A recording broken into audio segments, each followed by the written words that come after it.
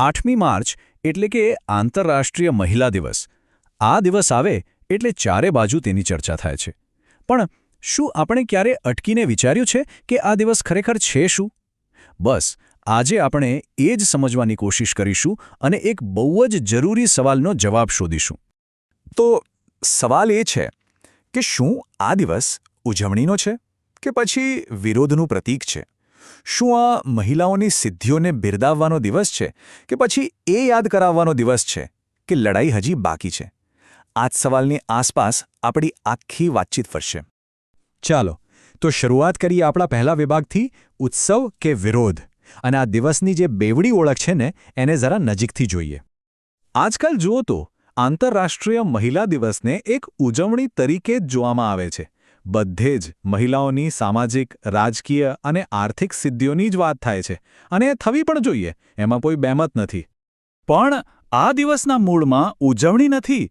એના મૂળમાં છે સંઘર્ષ, હડતાળ અને પોતાના મૂળભૂત અધિકારો માટેની લડાઈ.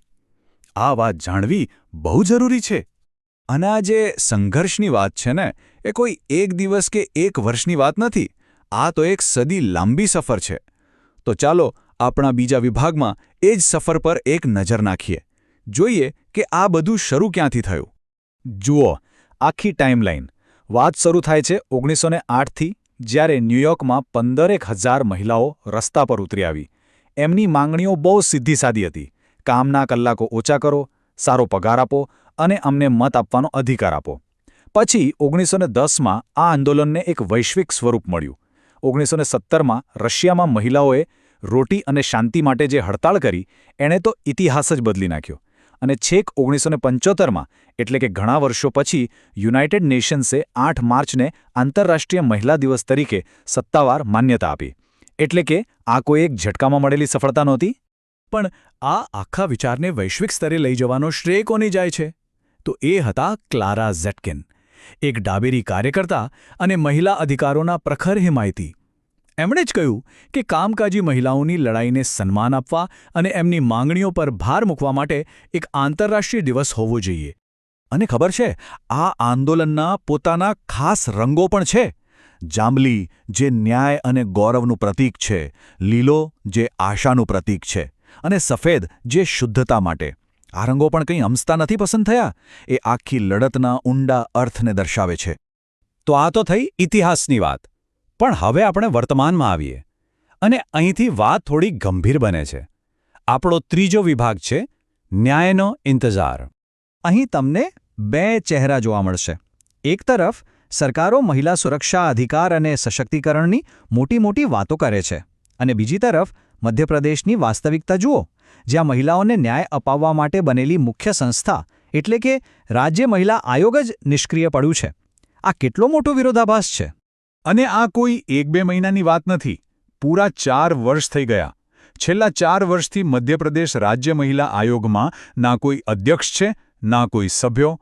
આખી સંસ્થા ખાલી પડી છે. તો આનાથી શું થાય છે? થાય છે એ કે દર મહિને લગભગ 300 નવી ફરિયાદો આવે છે. પણ સાંભળવાવાળું કોઈ નથી. આ ફરિયાદો બસ ધૂળ ખાય છે અને હજારો મહિલાઓ ન્યાય માટે આમથી તેમ ભટકી રહી છે. આયોગના જ એક ભૂતપૂર્વ સભ્ય સંગીતા શર્મા જે પરિસ્થિતિની ગંભીરતા બતાવે છે તે સાંભળો. એમનું કહેવું છે કે જ્યારે 2019માં મારી નિમણૂક થઈ ત્યારે જ લગભગ 10,000 ફરિયાદો તો પેન્ડિંગ હતી અને માર્ચ 2023થી તો અધ્યક્ષ અને સભ્યોની બધી જ જગ્યાઓ ખાલી છે. વિચાર કરો, સ્થિતિ કેટલી ખરાબ હશે. અને જુઓ, આ કોઈ સામાન્ય કચેરી નથી. આ આયોગ પાસે સિવિલ કોડ જેટલી સત્તા છે. એ કોઈ પણ અધિકારીને બોલાવી શકે છે, સુનાવણી કરી શકે છે. પણ જ્યારે સભ્યો જ ના હોય તો આ સત્તાઓનો શું મતલબ? આ બધી તાકાત કાગળ પર રહી જાય છે અને ન્યાયનો રસ્તો બંધ થઈ જાય છે. હવે કદાચ એવું લાગે કે આ તો માત્ર એક રાજ્યનો મુદ્દો છે. પણ આ સમસ્યા કેટલી વ્યાપક છે એ સમજવા માટે ચાલો આપણા છેલ્લા વિભાગ તરફ જઈએ, દાવા અને હકીકત. આ જે આંકડા છે એ 2023ના NCRB ડેટા છે, એટલે કે સરકારી આંકડા. અને એ બતાવે છે કે મહિલાઓ વિરુદ્ધના અપરાધોમાં મધ્યપ્રદેશ ક્યાં ઊભું છે. દુષ્કર્મના કેસોમાં દેશમાં 3જા નંબરે. હવે વિચારો, જે રાજ્યમાં આટલા ગંભીર ગુનાઓ બનતા હોય ત્યાં મહિલાઓને ન્યાય અપાવતી સંસ્થા જ કામ ન કરતી હોય તો એ કેટલું ચિંતાજનક કહેવાય.